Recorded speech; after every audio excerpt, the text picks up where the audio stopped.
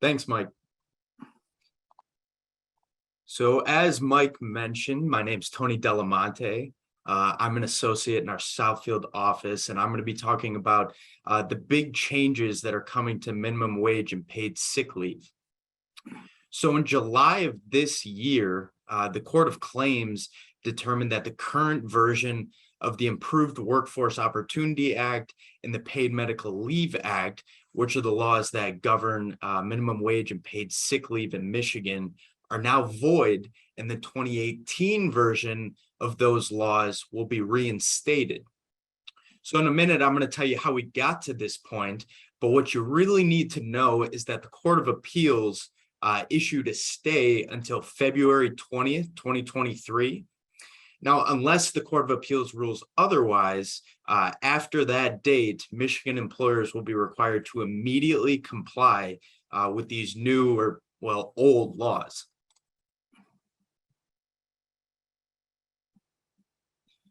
So how do we get here?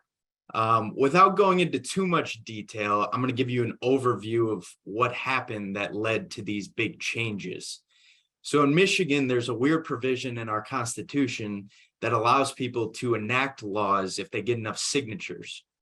And that's what happened in 2018. These groups hit the streets, and two ballot initiatives, the Earned Sick Time Act and the 2018 version of the Improved Workforce Opportunity Wage Act, obtained enough signatures to be put on the ballot. When these proposals get enough signatures, the Michigan legislature then has three options. They can accept the proposal, they can reject it, or they can propose alternatives. And what happens is the alternative and the signature proposals get put next to each other on the ballot, and then the people vote. But in this case, what the Michigan legislature did was that they adopted the Earned Sick Time Act and the Improved Workforce Opportunity Wage Act, which are the laws that got enough signatures, but then they immediately amended them to be what we've been operating under for the last 4 years. So, a lawsuit ensued, and I'm not going to, go into too many details on that. But what you need to know is that on July 19th, just a couple months ago, the Court of Claims held that this adopt and amend strategy was unconstitutional and ordered that the original versions of the 2018 ballot initiatives be reinstated. So now what? Well, the case is currently on appeal. I believe they're set to hear oral arguments in actually just a couple weeks. And there's a stay issued until February 20th, 2023, as I mentioned. And when I mention the word stay, what I'm referring to is the Court of Appeals essentially put a pause on the lower court's ruling that our current laws are now void and no more. So the current laws are still in effect, at least until February. And as of right now, unless another stay is issued, employers are going to have to comply with these original versions of the 2018 laws.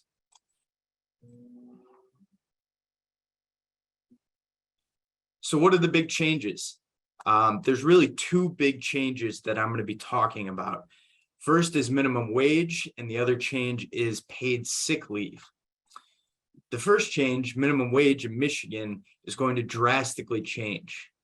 Once the stay is lifted, the 2018 version of the Improved Workforce Opportunity Wage Act will be back in place, which means that the standard minimum wage is going to immediately increase to $12 an hour from its current rate of $9.87. There's also provisions in the 2018 law that increases minimum wage every year by the rate of inflation, provided that unemployment rate stays under a certain limit. So that's going to be something that you'll have to pay attention to each year, and make sure that you've got the new number right. And another huge change for some is that the 2018 ballot initiative significantly affects employers who employ tipped employees. According to the 2018 version of the law, tipped employees were to be paid 80% of the minimum wage in 2022 and 90% of the minimum wage in 2023. So that means that that tipped employees, when the stay is lifted, if it's lifted in February, tipped employees must be paid at least $9.60 an hour and potentially up to $10.80 an hour, because the new minimum wage is set to increase to $12 an hour. And that's a massive increase from the current minimum wage for tipped employees of $3.75 an hour. But it doesn't stop there. By 2024, there will be no difference between the minimum wage paid to tipped employees versus non-tipped employees. And this is a huge change, especially for our restaurants. We'll have to wait and see what kind of economic consequences come from this. But we could see some real change in our restaurant industry. And, those financial consequences could be passed on to consumers. So unless there's some other legislative action in the meantime, which doesn't look likely right now, these are the things that we're going to be dealing with. So that's the minimum wage piece. The 2018 laws significantly expand who's entitled to paid sick leave.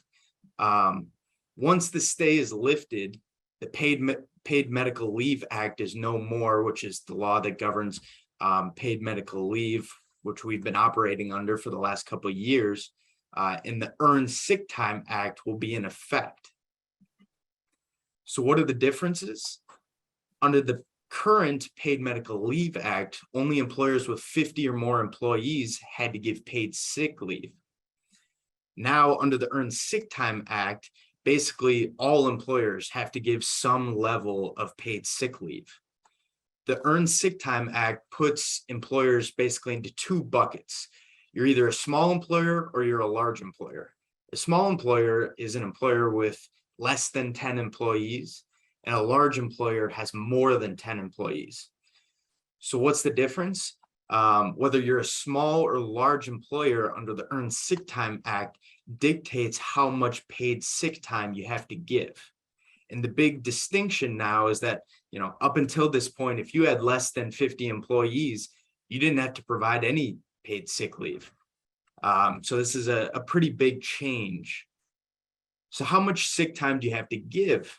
Under the current Paid Medical Leave Act, employers with over 50 employees had to give a maximum of 40 hours of paid sick leave.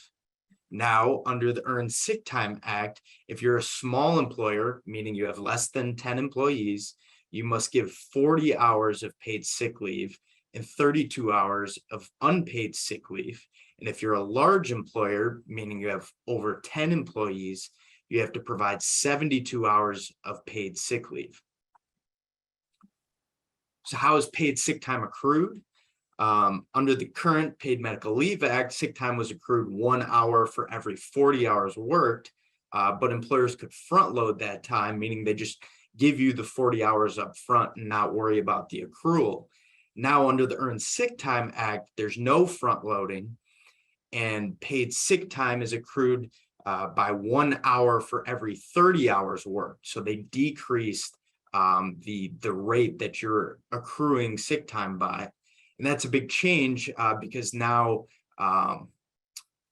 employers are going to have to keep track of the accrued sick time if they were previously front loading, because there's no more front loading under the Earned Sick Time Act. And I also just want to note that the carryover provisions between the two laws are still the same, so accrued sick time still carries over from year to year.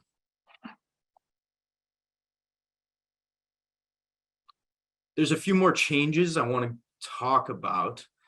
So we've gone over who has to give paid sick time and how much sick time to provide and the accrual rates, but who's eligible for paid sick leave. Under the current Paid Medical Leave Act, there was lots of exemptions, such as part-time employees, exempt employees under the Fair Labor Standards Act, temporary employees who work less than 25 hours per week. You didn't have to give any sick leave to those people. Now, under the Earned Sick Time Act, those exemptions are mostly all gone. only federal government employees are exempt, which means that, once the stay is lifted, if the stay is lifted in February, employers will now be required to provide paid sick time to part-time and temporary employees, where they previously didn't have to worry about that. So what else? There's greater enforcement mechanisms in favor of employees under the Earned Sick Time Act. Under the current Paid Medical Leave Act, employees didn't have a private right of action for violations of the act. An employee had to exhaust administrative remedies and go to LARA, which is an administrative agency, if they want to bring a complaint against their employer. Now, under the Earned Sick Time Act, those requirements are gone, and now employees can go straight to court and sue an employer for violation of the act. If an employee doesn't give enough sick time, or there's some other allegation. There's also a rebuttable presumption of retaliation if any adverse action is taken against an employee within 90 days of the employee's use of paid sick leave. The Earned Sick Time Act also limits an employer's ability to request documentation supporting the need for paid sick leave. So, if an employee says, I want to take a sick day, you can't tell them to come back with a doctor's note unless they've used 3 consecutive paid sick leave days. And even then, you're restricted in what you can ask for. If you, say an employee is sick for 3 days and you want them to come back with a doctor's note, the employer may be responsible for out-of-pocket costs for requiring an employee to obtain the requested documentation. So, it's little things like this that you're going to have to pay attention to if this new law comes into play. And there's a few other changes related to what sick time may be used for, but I won't get into those. But it's very important, again, to pay attention to these new requirements and be ready to comply with them.